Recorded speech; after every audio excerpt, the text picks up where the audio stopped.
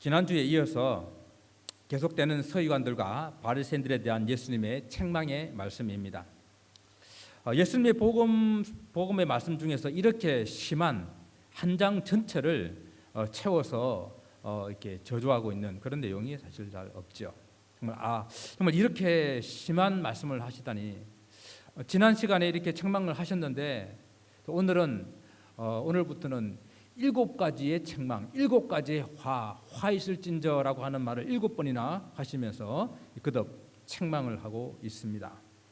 사랑과 자비와 긍휼이 많으신 주님의 말씀이 맞나 싶을 정도로 그들 책망을 하고 계신데, 그러나 우리가 지금 주님께서 이 말씀하시고 있는 이 순간이 주님의 사역의 마지막 주간을 보내시고 계신다라는 것을 우리가 생각해 보게 될 때에 그동안 얼마나 오랫동안 참으셨는가, 인내하셨는가 하는 것을 우리는 알아야 합니다.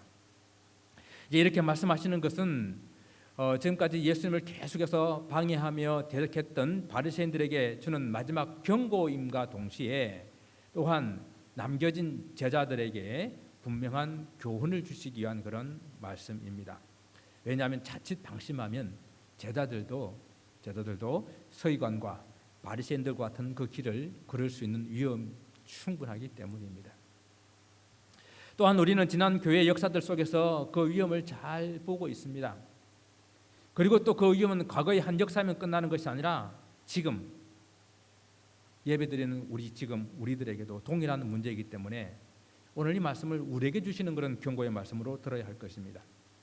그런데 23장 설교를 하는 내내 불편한 이야기를 할 수밖에 없습니다. 하지만 겸손한 마음으로 그 말씀을 받고 우리 자신을, 우리 교회를 돌아볼 수 있기를 바랍니다.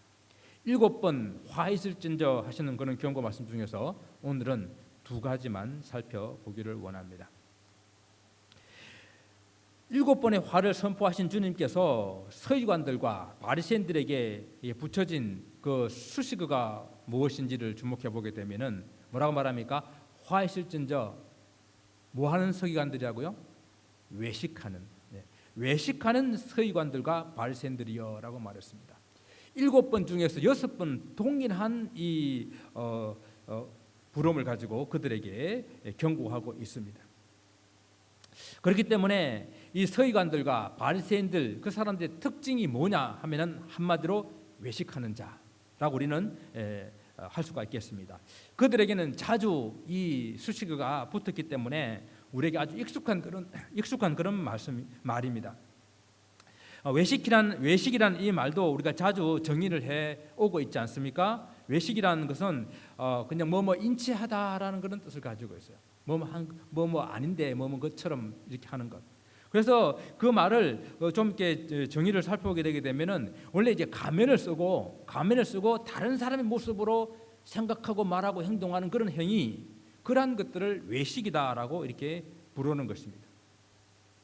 이 말이 성경에서 서기관들과 이 바리새인들에게 사용될 때에 남에게 보이기 위해서 가식적으로, 형식적으로 그렇게 율법을 지키는 척하며 자기의 믿음이, 신앙이 좋은 척하는 그런 거짓된 종교 행위를 꼬집을 말할 때에 바로 이렇게 외식된 사람들, 그래서 이런 일을 행하는 사람들을 위선자라고 이렇게 부르는 것이죠.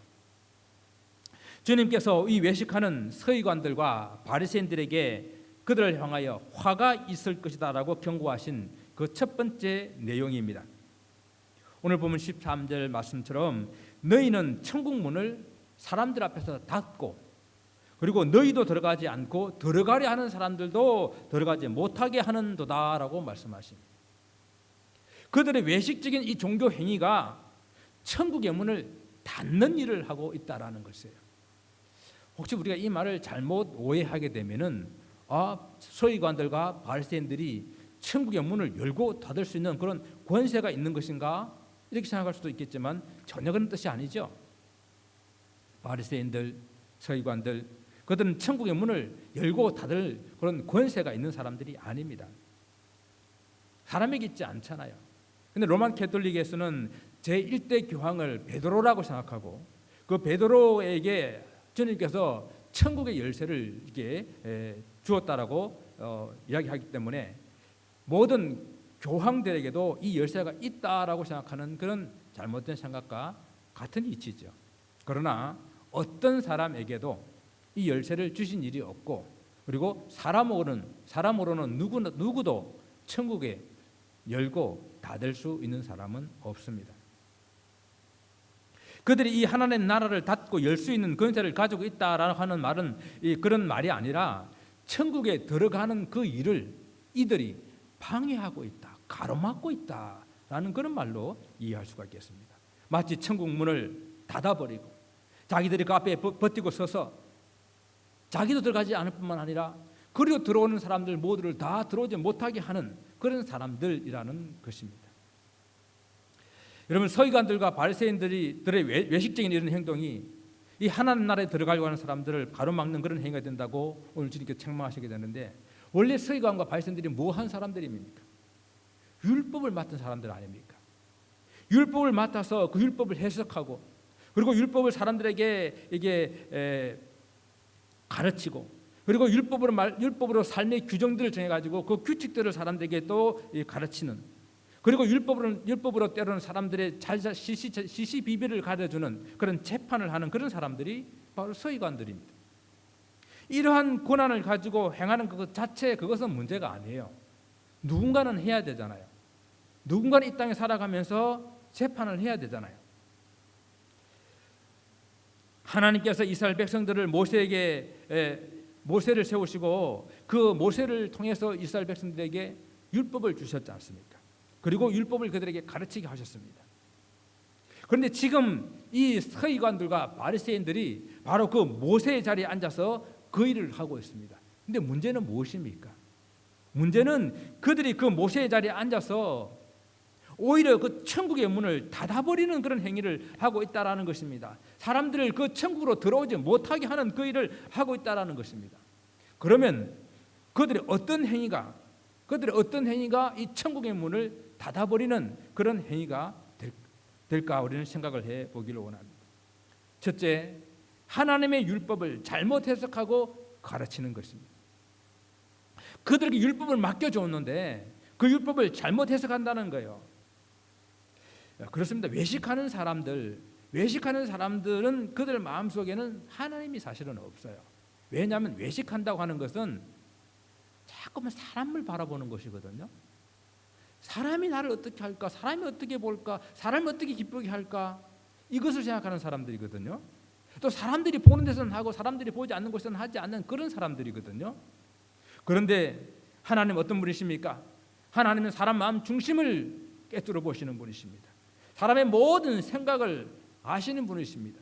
아무도 없는 그 엄밀한 곳에 생각하는 그 모든 것들을 우리의 안고 서심을 아시는 분이십니다. 그런 하나님이시기 때문에 외식하는 사람들은 그런 하나님을 생각하지 않기 때문에 계속해서 사람들에게만 보이려는 그런 행동을 한다는 것입니다. 그래서 그들의 율법을 인본적으로 해석하고 적용을 하는 사람들입니다. 율법은 하나님께서 직접 모세를 통해서 이스라엘 백성들에게 주신 하나님의 말씀입니다. 애굽에서 구원하시고, 그리고 그 애굽 군사들의 뒤에 따라오고 앞에는 홍해가 막혀있는 그 순간에 그 홍해를 여시고 홍해를 통해서 이스라엘 백성들을 건너게 하시며, 또 그 뒤를 따라오던 애굽의 군사들은 그 홍해에 수장시키시고, 그리고 그 광야를 건너는 동안에 앞으로 장차 들어갈 가나안 땅에서 어떻게 살아야 할지 그것을 가르쳐 주시기 위해서 주신 법이 그것이 율법인데, 그렇다고 한다면은 그 율법을 해석할 때에 철저하게 하나님 뜻이 무엇일까, 하나님께서 우리에게 원하는 것이 무엇일까, 그 뜻에 맞추어서 해석을 해야 되지 않겠습니까? 그런데 서기관들과 바리새인들은요, 율법을 완전히 인본적으로 해석하며 적용했기 때문에 하나님 뜻을 제대로 전달하지 못한 것입니다. 여러분, 인본적이라는 말은 무슨 말입니까? 사람의 생각을 가지고 사람의 노력으로 사람의 방법으로 하나님의 뜻을 행하겠다라고 감히 생각하는 거예요. 사람들이 가지고 있는 그 조그마한 가능성과 능력으로 하나님의 뜻을 이룰 수 있다라고 생각하는 것입니다. 이것이 인본적인 거예요. 이렇게 사람의 생각이 우선되다 보게 되니까 하나님의 말씀보다는 사람들이 해석하고 만들어 놓은 그런 여러 가지 규칙들이 더 중요하게 여겨졌습니다. 그래서 그들은 율법보다도 말씀보다도 뭘 더 중요하게 생각한다고요? 장로들의 유전을 더 중요하게 생각하는 사람들이라고 주님이 책망하신 것입니다. 그것을 지키는데 어떻게 문자적으로 지킬 것인지 형식적으로 지킬 것인지 혈안이 되어 있는 사람들입니다. 하나님께 주신 율법의 그 뜻, 왜 우리에게 이 율법을 주셨을까? 율법이 의미하는 것이 무엇일까? 그것을 생각하는 보다도 그 율법을 사람들이 만든 그 율법의 그 조항들, 그것을 형식적으로 지키는지에만 온갖 관심이 있었습니다. 종교 지도자들인 이들이 율법을 잘못 해석하고 또 잘못 백성들에게 가르치게 되니까 자기들뿐만 아니라 백성들도 하나님 나라에 들어갈 수 없게 되었다라는 것입니다. 그럼 둘째는 무엇입니까? 서기관들과 바리새인들이 모세의 자리에 앉아서 천국의 문을 닫는 또 다른 모습은 예수 그리스도를 대적하고 그리고 비방하며 예수님을 올무에 빠뜨리는 바로 그 행동입니다. 그들의 잘못된 이 율법 해석을 통해서 하나님께서 구원자로 보내주신 예수님을 메시아로 믿지 않는 것입니다. 오히려 그들은 예수께서 가르치신 그 복음의 말씀마다 시비를 걸고 그리고 예수님을 어떻게 하면 올무에 놓아서 예수님을 이렇게 올무에 빠뜨릴 수 있을까 하며 온갖 것들로 방해하는 그런 사람들이었습니다. 예수님이 귀신을 쫓아내게 되면은 예수님은 귀신의 왕 바알세불의 힘을 입어서 저 일을 한다라고 그렇게 예수님을 대적하는 사람들이 아니었습니까? 서기관들과 이 바리새인들이 천국의 문을 닫고 그 앞에 서서 다른 사람들이 들어가려고 하는 것을 막는 그 모습을 한번 여러분이 상상해 보기를 바랍니다. 여러분, 천국의 문이 누구입니까? 천국의 문은 예수님이세요. 주님께서는 곧 내가 곧 길이요 진리요 생명이니 날로 말미암지 않고는 아버지께로 올 자가 없느니라 라고 말씀하셨습니다. 또한 주님께서는 요한복음 10장에 나는 영의 문이라, 나는 양의 문이라 라고 말씀하시며 내가 문이니 누구든지 나로 말미암아 들어가면 구원을 얻고 들어가며 나오며 꼴을 얻으리라 라고 말씀하고 계십니다.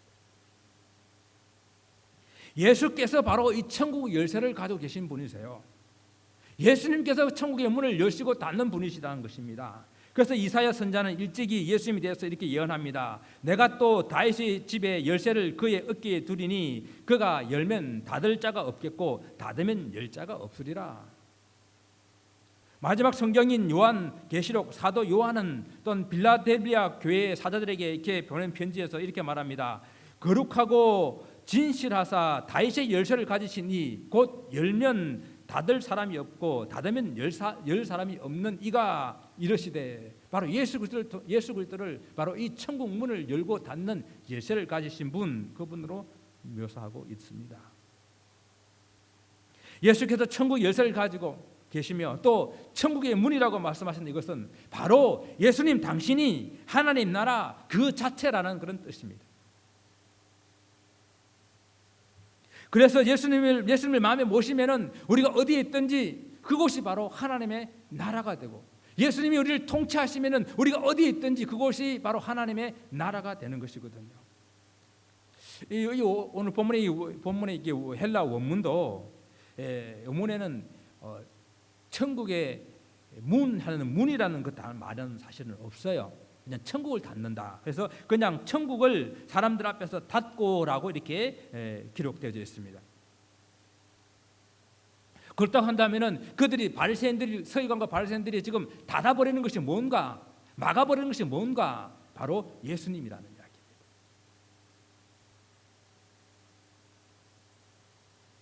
문을 닫는다는 그런 표현에도 강제적인 그런 힘을 사용해서 아주 망가뜨려 버린다라는 그런 의미가 함께 내포되어 있다고 합니다. 천국의 문이요, 천국이신 예수께로 가는 그 길을 가로막고 서 있다가 또 방해하다가 막을 도리가 없게 되자 천국인 예수님을 아주 망가뜨리기로 한 것입니다. 그래서 그들은 모함과 거짓 증인들을 세워서 예수님을 십자가에 못 박고 만 것입니다. 그렇게 하면 사람들이 주님께로 갈 수 없을 것이라고 생각한 것입니다. 그러나 제가 초두에 말씀드린 것처럼 그들은 천국의 문을 닫을 수 있는 그런 권세도 없고 능력도 없어요. 단지 그들이 천국이신, 천국의 문이신, 천국의 길이신 우리 주님을 가로막고 하나님 나라에 들어가지 못하게 하고 들어가려고 하는 사람도 못 들어가게 방해했던 그 일로 말미암아 그들에게는 화가 있을 뿐입니다. 화했을진저 외식가는 서기관과 바리새인들이요, 그것이 그들에게 합당한 말씀이라는 것입니다. 서기관들과 바리새인들에게 두 번째로 화를 경고하신 이유를 또한 말씀하십니다. 너희는 교인 한 사람을 얻기 위해서 바다와 육지를 두루 다니다가 생기면 너희보다 더 배나 지옥 자식이 되게 한다라고 말씀하고 있습니다. 첫 번째 경고가 하나님 나라에 들어오지 못하도록 방해하는 일이었다고 한다면은, 이 두 번째 경고는 하나님 나라에 들어와 있는 그 사람들을 다시 지옥으로 보내는 그 일을 한다라는 그런 경고입니다. 서기관 그리고 바리새인들이 하는 일이 바로 모세의 자리에 앉아서 율법을 해석하고 새로운 규범을 만드는 그런 일이잖아요. 그런데 그 일이 사람들로 하여금 다시 지옥으로 보내는 일을 한다는 것입니다. 여기서 우리가 분명히 알아야 될 것은 뭔가 하면은, 이 사람들이 무슨 권세가 있어서 천국 백성들을 지옥으로 보낼 수 있는 그런 권세가 있다는 말도 아닙니다. 또 그렇게 할 수도 없습니다. 그러면 이들의 어떤 행위가 새로 얻은 교인 하나를 바다를 건너고 육지를 넘어서 이렇게 찾은 그 교인 하나를 자기보다 더 악한, 더한 지옥 자식으로 만드는 것이 될까요? 첫 번째는 그들이 가지고 있는 하나님 나라의 기쁨을 다 빼앗아 버리는 것입니다. 서기관과 바리새인들이 하는 일이 바로 모세의 자리에 앉아가지고 율법을 해석한다고 그랬잖아요. 그리고 또 그들은 끊임없이 새로운 규범을 만듭니다. 지금도 랍비들은 규범을 만들어요. 왜? 옛날에 없던 것이 자꾸 생기니까. 그럼 이것은 어떻게 하면 좋습니까? 그래, 엘리베이터를 타고 올라갈 때는 주일날은, 안식일은 스위치 누르면 안 되니까 한 칸마다 다 쓰게 만들자. 그래가지고 11층이면 11번 엘리베이터 서고 올라가요. 그리고 새롭게 규범들을 계속 만들어내고 있습니다. 그것들을 다 지켜야 되는 거예요. 안식일날 냉장고 문을 열면 불이 들어오니까 냉장고에 안식일 되기 전에 냉장고 안에 그 담아 있잖아요. 그 불을 꺼놔야 되는 거예요.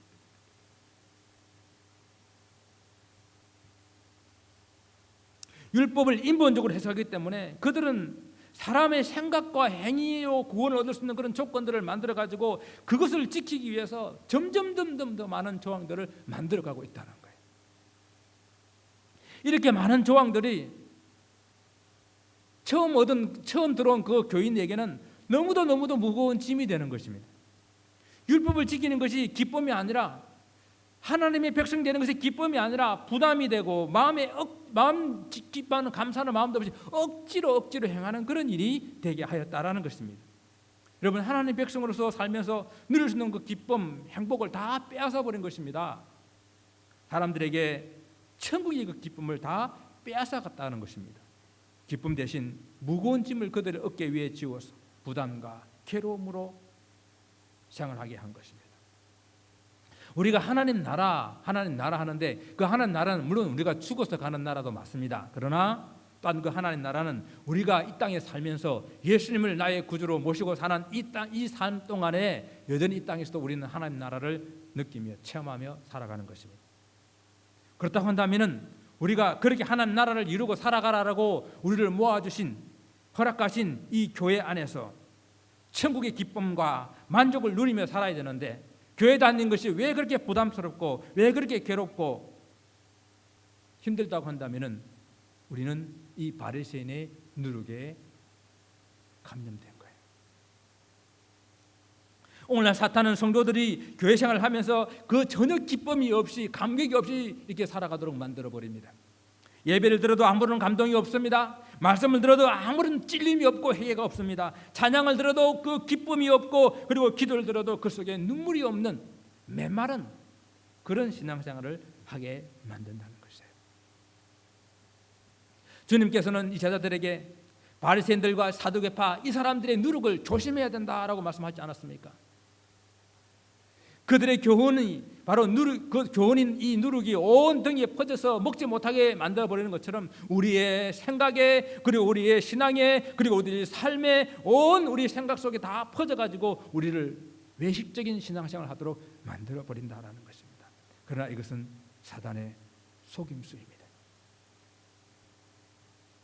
예수님 계실 때의 서기관들과 바리새인들이 바로 천국이요, 천국 가는 길이요, 천국 문이었었던 그 예수님을 사람들에게 믿지 못하게 하고, 그 사람들이 가지고 있는 그 예수님과 함께 누리고자 하는 그 기쁨을 다 빼앗아 버리는 것처럼 오늘날 구원받고 난 다음에 감격하고 기쁨으로 교회에 다녀야 되는 이것들을 우리에게 부담스럽고, 저것도 부담스럽고, 이렇게 하는 것도 부담되고 저렇게 하는 것도 부담되도록 이렇게 만들었다는 것입니다.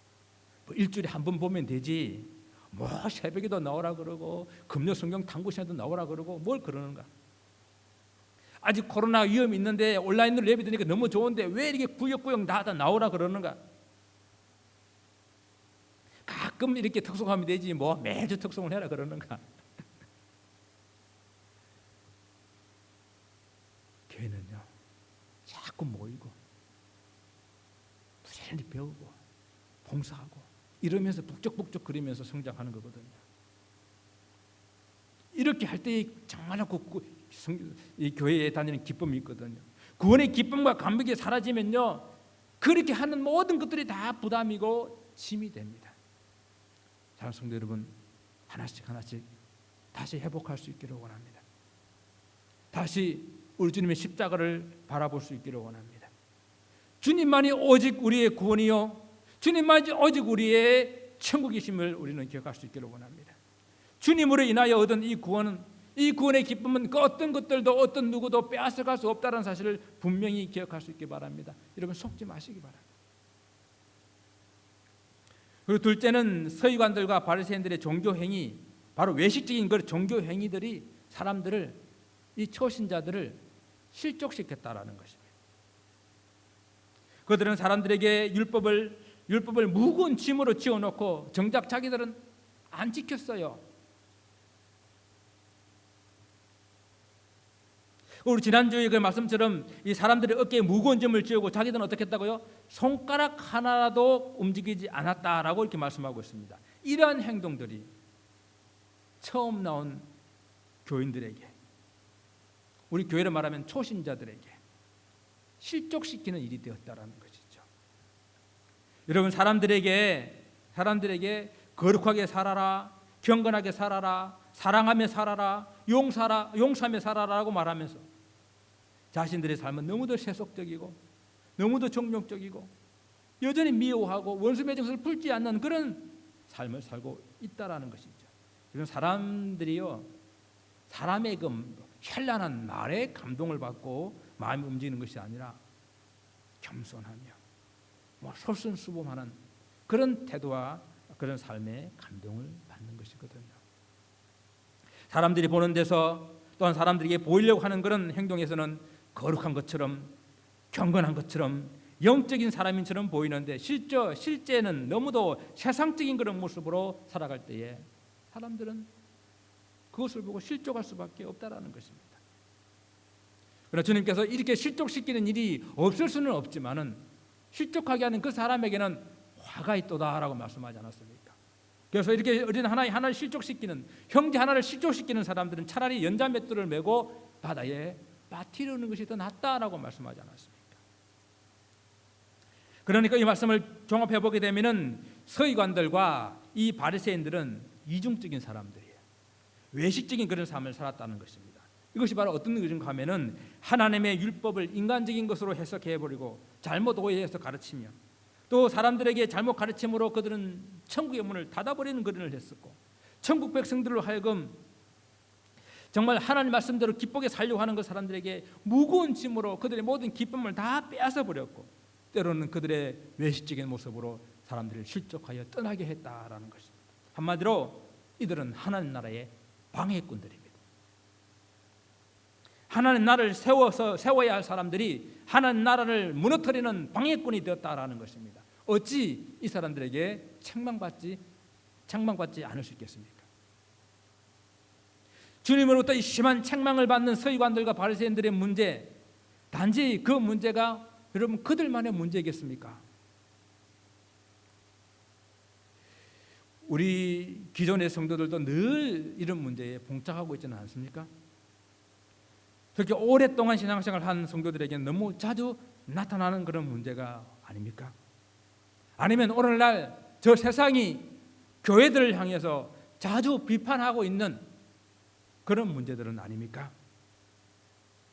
우리는요, 자칫 잘못하게 되면은 이런 교회가 될 수 있고, 저도 자칫 잘못하면은 이런 외식된 그런 목사가 될 수가 있고, 자칫 잘못하면 외식하는 그런 장로, 저런 권사, 집사님들이 될 수 있다는 사실을 우리는 늘 기억해야 됩니다. 오늘 이 말씀을 보면서 우리는 교회의 문을 사람들 앞에서 닫고 자기도 들어가지 않고 들어가려고 하는 사람도 들어가지 못하게 하는 사람 아닌가 생각해 봐야 됩니다. 이렇게까지는 아니하더라도 사람들을 교회에 들어오게 하는 그 일은 전혀 하지 않고 있지 않는가 생각을 해볼 수 있습니다. 우리는 또한 오늘 이 말씀을 보면서 교인 한 사람을 얻기 위해서 바다와 육지를 두루 다니다가 한 사람을 생겼는데 우리가 실족시켜서 교회를 떠나게 한 사람은 아닌지 생각해 보아야 합니다.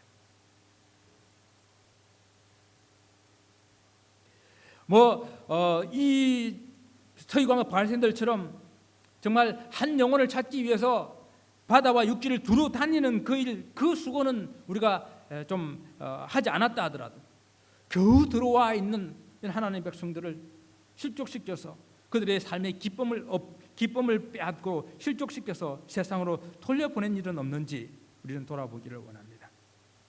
우리 스스로 질문해 보기를 원합니다. 난 교회를 세우는 사람인가? 나는 교회의 방해꾼인가?